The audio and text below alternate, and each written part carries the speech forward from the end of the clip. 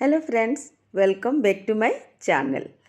कौन सी भोजी हो किंबा पार्टी हो बा गेट टुगेदर हो, लंच हो, डिनर हो, व्हाटएवर जहाँ हो, खीरी बिना तो कौन सी भी माने खाइबा कंप्लीट नुहे। तो चलतु आज रेसिपी होची भोजी स्टाइल खीरी, जेमिति कि क्रीमी पूरा।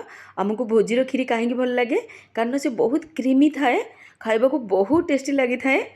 तो देखो आज बहुत ही कम इंग्रेडिएंट सांगरे बहुत ही कम सामग्री सांगरे भोजी टाइप रो पूरा क्रीमी खीरी बनेबा।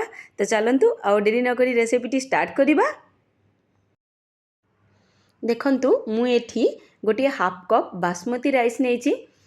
बासमती राइस एथिपाई नहीं जे कि बासमती राइस रो गोटे भल फ्लेवर थाए, भल बास्ना हुए, तो खीरी भी बहुत बढ़िया बास्ना हम। देखंतु एठी मु बासमती चावल नहीं, ताको कौन करवा गोटे ब्लेंडर रे पकई कोर्सली ग्राइंड करदेबा। गोटे रु दुई थर आप फास्ट बटन रे ही गोटे मिनट भी नुहे, हाफ मिनट जस्ट टिके करके काटदेबे, देखिए कोर्सली ग्राइंड हो। आपड़ देखिपे हाफ मिनट भी लगभग, जस्ट गोटे थर फास्ट बटन रे ही करेंगे, पूरा लास्ट पर्यंत जीवेनी। देखो कोर्सली ग्राइंड करके धुआधुई करके रखीदेबा। तापर आज आम खीरी कुकर रे करवा, कारण कुकर रे कले बहुत शीघ्र हो, टाइम भी आमर सेव हम। देखो कुकर रे मु 2 बड़ चम्मच घी नहीं, तापरे किछि ड्राई नट्स नहीं। आपण हिसाब रे किछि भी ड्राई नट्स ऐड कर पारिबे। मु किंतु एठी बादाम, पिस्ता आउ किसमिस आउ काजू टिके अधिक नहीं, कारण काजू मते टिके खीरी रे भल लगे, तो काजूर परिमाण मु अधिक नहीं। आपण एकड़ी कम बा अधिक करें। आउ एठी गोटे जिनसे ध्यान रखिए, ड्राई नट्स भाजिला टाइम रे फ्लेम सब लो रे रखिए। आउ ड्राई नट्स को टिके कम भाजिकी काढ़े, कारण ये ठंडा हला भितर आउ टिके निजे निजे रोस्ट हो जाए। देखंतु एठी मु जस्ट टिके हल्का गोटे मिनट ही भाजिकी काढ़ी दउची। आपण देखि पारथिबे फ्लेम सब लो रखिए। देखि पारथिबे केते सुंदर भाजी हो जाइए। आको साइड रे रखी दियंतु।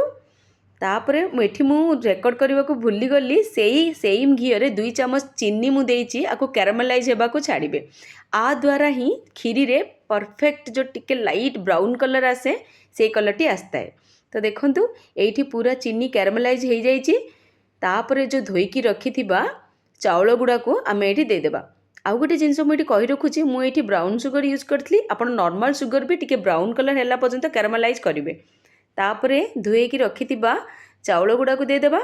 टिके गोटे मिनट एपट सेपट करबा, फ्लेम एठी लो ही रहिबो। तापरे देखंतु मु जो गिन्ना रे चाउल नेथली, से गिन्ना रे ही 3 कप पानी दे दोची। मन रखिबे हाफ कप चाउल पई मु 3 कप पानी देची एठी। काहेकि पानी जदि आपण टिके कम दे देबे, ताहले प्रेशर आसला टाइम रे कोन हबो, चाउल गुड़ाक तले लागी जिबार चांसेस थाए। आ खीरी जदि लागिगला ताहले टेस्टी लागिबोनी, पोड़ा स्मेल आसीबो। तापरे टिके लुण देबे, गोटे पिंच लुण देबे। तापरे प्रेशर कुकर बंद कर देबे। लुण देबा द्वारा कौन हम, तो कौन सी भी मीठा जिनस जदि आप लुण दियंती, तार टेस्ट बहुत अधिक बढ़ी जाए बा टेस्ट एनहांस हो जाए। देखो ये मुझे 3टा प्रेशर देवी, 3टा हुइसिल ही आप देबे, जोटा कि लो टू मीडियम फ्लेम रे, बिल्कुल हाई फ्लेम करेंगे, लो टू मीडियम फ्लेम रे 3टा प्रेशर देबे। विदिन 10 मिनिट्स ये पलै आसिबो। तापर आपको संपूर्ण ठंडा करेंगे, बिल्कुल भी काढ़ेनि। ठंडा करला परे खोलिबे। देखंतु एठी बहुत माने चाउल 90% कुक हो जाइए। आमको अधिक टाइम, कारण खीरी रे चाउल ही कुक होगापी बहुत टाइम लगी थाए, तो से प्रोसेस टी आम कुकर रे करदेले। तो देखंतु एठी मु आपको हाथ भी नहीं देखा, चाउल पूरा कुक हो जाइए 90%। आउ जो 10% अच्छी आम आपको फर्दर आग को कुक करदेवा। देखंतु आपरे कौन करेंगे, फ्लेम पूरा ऑफ थी, तापर आपड़ एथिरे क्षीर ऐड करेंगे। क्षीर ऐड कला परे ही आउ थे एगेन आप गैस ऑन करेंगे। क्षीर पर मुझे हाफ कप चीनी नहीं। आपण हिसाब रे जदि मीठा टिके अधिक खाऊता तो टिके चीनी ऊपर नीचे बा अधिक कम करें। तापर जो भाजिकी रखी ड्राई नट्स गुड़ाक मु टिके ड्राई नट्स गार्निशिंग पे रखिकी आउ बड़का तक ये देदेली। तापर मुझे गोटे छोट चामच अलैच गुंड देइछि। आपण चाहिए अलैच को कुटिकी भी नहीं पारिबे, किंतु मुझे तार गुंड गुड़ा को लेकिन चोपा गुड़ा को देनी।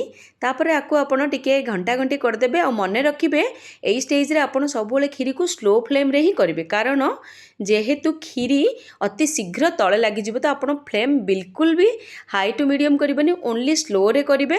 आउ टिके कुक होगा छाड़े, हार्डली 15 ରୁ 20 मिनट रे हो। देखंतु आपण किंतु बार बार टिके बेला को चलाउथिबे, नहीं तो कौन हम ये बटम रे लगी जिबार चांसेस थिबो। साइड रे जो सर ସର गुड़ाक लगी जाए से गुड़ाक भी आप बेला साइज्र काढ़ी से मिसई देबे। देखंतु एठी खीरी हेबार 10 मिनट हो गला तो पुणी मु आउ 5 ରୁ 10 मिनट बसैबी। तापर मु एठी कोन करछि गोटे खुआ को गोटे छोट पीस खुआ को एठी दे देछि। आपण पाखरे जदि खुआ नहीं ताहले आपण किछि खीर को टिके राबिड बनेकी बा टिके खीर को मारिकी राबिड तैयार करके एथरे दे परिबे। आउ सेठी मु कहि रखुछि मु माने 3 पाउ खीर नहीं आपण चाहिए हाफ लिटर खीर नहीं आउ टिके अमूल गुंड भी नहीं परिबा खीर को मिल्क पाउडर भी नहीं परिबे। देखंतु एटी खीरटी संपूर्ण प्रस्तुत हो गला। हार्डली हमको हाफ एन आवर लगिला। बहुत टेस्टी बहुत क्रीमी देखा तो आप बहुत जानीपे केते सुंदर देखा जाउची। तो आप जो नट्स रखिते ता द्वारा सजे भी पारिबे। जदि ये रेसिपीटी भल लगी तो लाइक करने को बिल्कुल भूलिबेनी। चैनल रे जदि नुआ अछंती तो सब्सक्राइब करने को बिल्कुल भूलिबेनी। तो चलंतु रहुची पुणी भेटा बा मजेदार वीडियो रे। बाय।